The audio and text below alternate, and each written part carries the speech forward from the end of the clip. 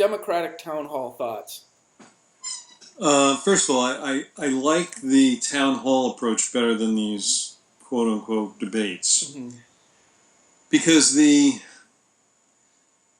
had Bernie and Hillary actually talking to each other, which is good. It's not going through as much, although they're obviously asking questions. I thought Bernie distinguished himself well.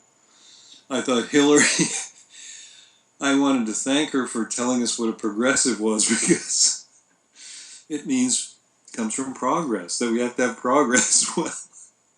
Now wait, was that in the debate or the town hall? That was the town hall. Okay. She mentioned it again. In the debate. Okay, that's her new mantra. Yeah, she's trying to out progressive Bernie. So here's what my main takeaway is. It's going to come down to, Bernie, she's trying to say that he wants to throw out Obamacare, which, this is ludicrous, seeing as how he was one of the architects of Obamacare. The big thing comes down to Wall Street. And there's no way she can dodge this bullet. And her saying that I took the 675,000. They always lower it down to 600. It's almost $700,000 in speaking fees from Goldman Sachs because I didn't know I was going to run for president. What? Yeah. What? Well, her take at the town hall was that's what they offered me. And truthfully, I couldn't watch the town hall until Hillary started. So I watched her first, and then I went online and watched Bernie. So I watched it backwards. Okay. And so I might have gotten a different vibe of it that way because I saw her first and him second. Okay. And my initial thought after watching that was, who in that room afterwards is going to vote for Hillary? Who is going to... What voter is going to leave that town hall wanting to vote for Hillary?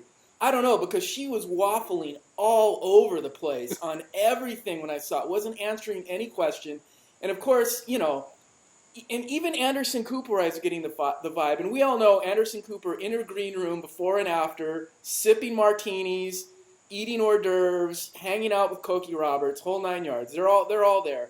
Yeah. And Anderson Cooper does not want Bernie to win because he's got $500 million he inherited from the Vanderbilts, and he don't want to pay taxes. But you could even get the slight impression, like, Bernie's probably a better candidate. I can't vote for him. I have too much money to vote for him, but he's making some sense here, But of course, he's BFFs with Hillary. But my God, she didn't answer anything. I wasn't surprised by that, actually. But in some ways, I could see how you would be surprised because you'd think sooner or later she's going to have to actually come out and say what she stands for. Now, here's the ludicrous part about it. And there are many ludicrous parts. The only people who would have walked out of there and voted for Hillary were if there were Republicans. Well, if they were Republicans or if they worked for Goldman Sachs. Yes. Or if they were like Anderson Cooper and had $500 million in the bank, then inherited money. Then they would walk, they would walk out, vote. But average person, and you could see the people asking the questions. And like I said, I got a skewed view watching Bernie's second. Like, wait a minute, he's answering all the questions. Yeah. And actually seems concerned with people. And Hillary was just me, and more me. It was. Anyway, that was my takeaway. Yeah, and I think Bernie, the big statement, of course, of the Wall Street being a fraud, and he defined Wall Street much more broadly because we think of it only in one way, but it really permeates the whole country on every corner. So, in one sentence, sum up the town hall.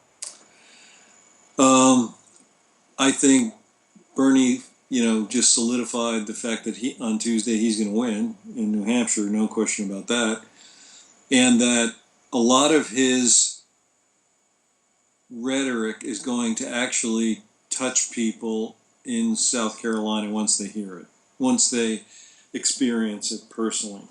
And I think the fact that Hillary's team hasn't come up with a better answer, because there is no good answer, I guess, about how it's okay to take almost 700,000, not 600, almost 700,000 in speaking fees from Goldman Sachs. And when they ask you, will you release the transcript of your speech? Well, we'll think about that. Well, let's move on to the debate, which will be our next video.